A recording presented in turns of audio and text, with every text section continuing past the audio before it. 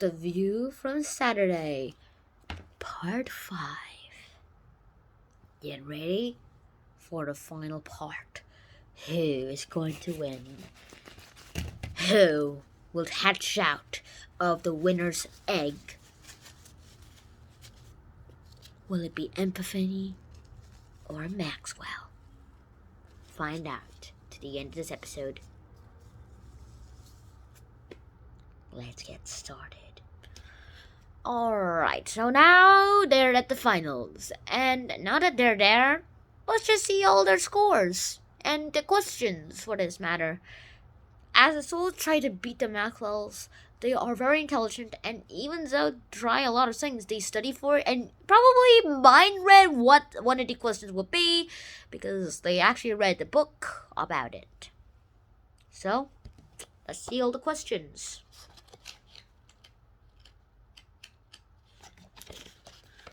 Question number 1. What is the meaning of the word calligraphy, and from what language does it derive? Calligraphy derives from Greek, and it means beautiful writing. Question number 2. What is the name given to the portion of the North Atlantic Ocean that is noted in its abundance of seaweed, and what is its importance to the ecology of our planet? The Sargasso Sea. It relatively still waters, and its abundance of seaweed allows many species of marine animals to feed and grow, like turtles, for example. 3. What famous American women are associated with the following places in New York State, and why are they important? Seneca Falls.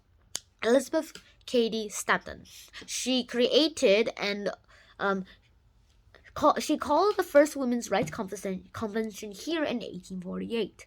Homer, Amelia Jenks Bloomer. She was born here, was an editor of Lily, a paper devoted to women's rights and temperance. She also wrote a short skirt and full trousers whenever she lectured, and they became known as the Bloomer costume or Bloomers. Rochester. Susan B. Anthony. She led a group of women to the polls here in 1872 to test the right of women to vote. She was arrested, tried, and sentenced to a fine. All of them. Auburn. Harriet Tubman. She was one of the most successful conductors of the Underground Railroad. She lived here for many years.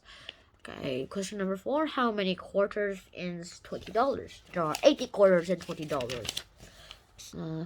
If one man can paint an 8 feet by 12 feet wall in half an hour, how long would it take 3 men to paint a wall that is 8 feet and 24 feet?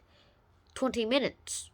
A masterpiece by the artist Rembrandt was recently stolen from a museum in this native country. What is that country? The Netherlands. What is its capital? Amsterdam. Name the parts of the human eye in order that light reaches them. Cornea, aqueous humor, pupil of iris, vitreous humor, and retina. Oh, this was answered by the Epiphany school. The Maxwell school were like, we memorized the part, but we did not memorize it in order. And yeah. Name the famous fathers of Queen Elizabeth I of England. Answer: King Henry VIII. Ezra and Jacob. Their dad's name is Isaac. Alexander the Great. Philip of Macedon. Our country, basically USA, George Washington. Name the tribe associated with each of the following Native American leaders and name a major accomplishment of one. Sequoia. He's a Cherokee and created a system for writing the Cherokee language. The giant tree, Sequoia, is named for him. Tecumseh, I don't know how to pronounce that. Shawner, great organizer and leader who was a brigadier general by the British in the War of 1812. Oh, that's cool. Osceola, Seminole, resisted the removal of Native Americans to the West. Geronimo, Apache, led a group of followers into Mexico, resisting resettlement of this group to an arid reservation. Wow. Okay. Next question. What is the origin of the phrase "meet one's Waterloo" and what does it mean? Napoleon's last battle was at Waterloo in Belgium. He was defeated by the Duke of Wellington in 1815. To meet one's Waterloo means to suffer a resounding defeat, which they probably might get. What is sonar an acronym for? Sound navigation ranging, using sound waves for locating submerged objects and for communication with submarines. Who was the first president to live in the White House? John Adams. What is the waste product of photosynthesis? We all know this. Oxygen is also what we breathe and take as fuel. Name the three major food groups: proteins, carbohydrates, and fats. Who was the first Spanish explorer to reach Florida? Ponce de Leon. And who won? Let's find out by hatching, or at least cracking, the egg. Yeah! It's hatched. It's Epiphany! Yippee! Hallelujah! Hallelujah! Hallelujah! Hallelujah! Hallelujah! Okay, enough hallelujah stuff. Let's just get started on the actual saying here. Now that we've ended the view from Saturday series, let's take a moment to reflect on this. In the view from Saturday series, we've learned that all of us need a little change and a little experience in our lives. One thing at the end of the book that we mentioned, that is mentioned, is that all of us have questions. There are answers, but they're not easy to find. We all are in little journeys. We probably once we finish a few journeys, we might end our journeys, or we might find new journeys. We never ever actually stop our journeys, and when we do, it's only when we died, or when we do stop our journeys, we were in the midway of it and never been able to finish them. We're all in journeys, and we try to complete all of them before we die.